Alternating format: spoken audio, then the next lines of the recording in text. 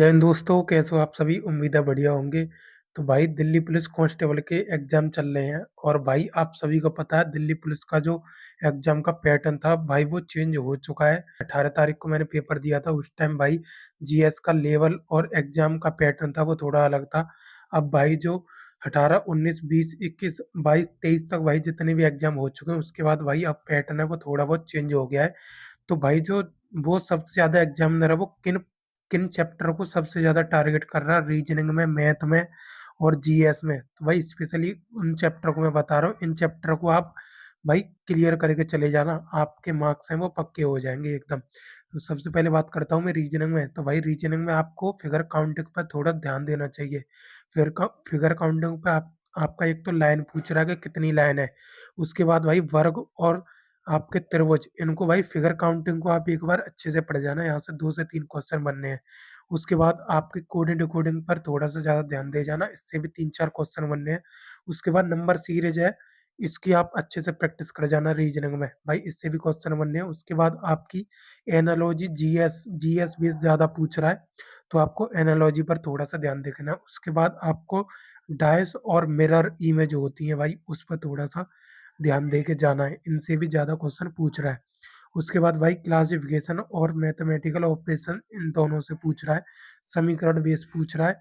तो अब भाई आप इनको अच्छे से एक बार कर जाना। तो भाई आपको रीजनिंग में ये 5-6 चैप्टर हैं, इन पर आप अच्छे से ध्यान दे के चले जाओ। उसके बाद मैथ में बात करता हूँ। तो भाई मैथ में आप प्रोपोर्शनल लॉस बेसिक पूछ रहा है बिल्कुल, आप इस पर थोड़ा सा ध्यान दे जाना, इसकी अच्छे से प्रैक्टिस करके चले जाना दोस्त।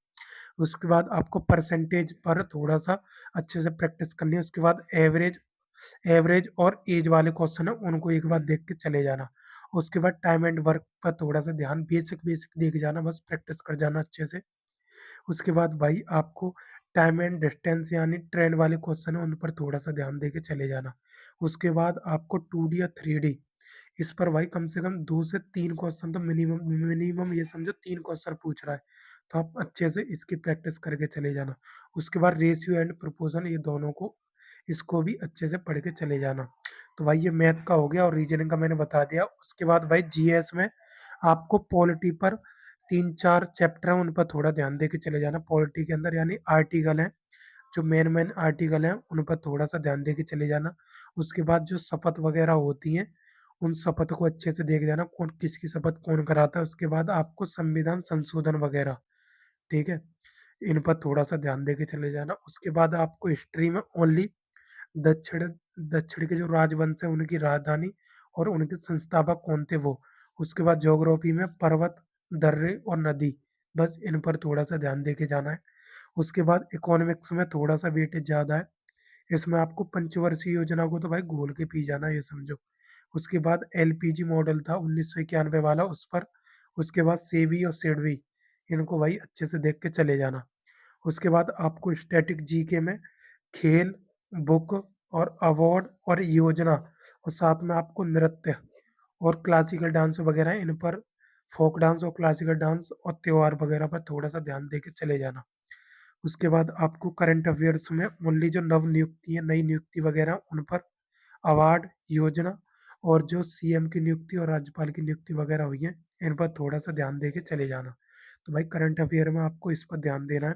तो भाई जो मोटे मोटे ये चैप्टर मैंने बता दिए, अगर आप इन चैप्टर पर भी ध्यान दे के जाते हो तो दोस्त मैं आपको 100% गारंटी दे रहा हूँ, आपके यहाँ से सीधे सीधे क्वेश्चन है वो फंसने वाले हैं। तो फिलहाल के लिए बस इतना ही है दोस्त। मैंने सोचा जिनका एग्जाम आने वाले दिनों में, वो भाई इनको चैप्टर पर अच्छे से ध्यान दे के चले जाना। फिलहाल के लिए बस इतना ही है। जय हिंद।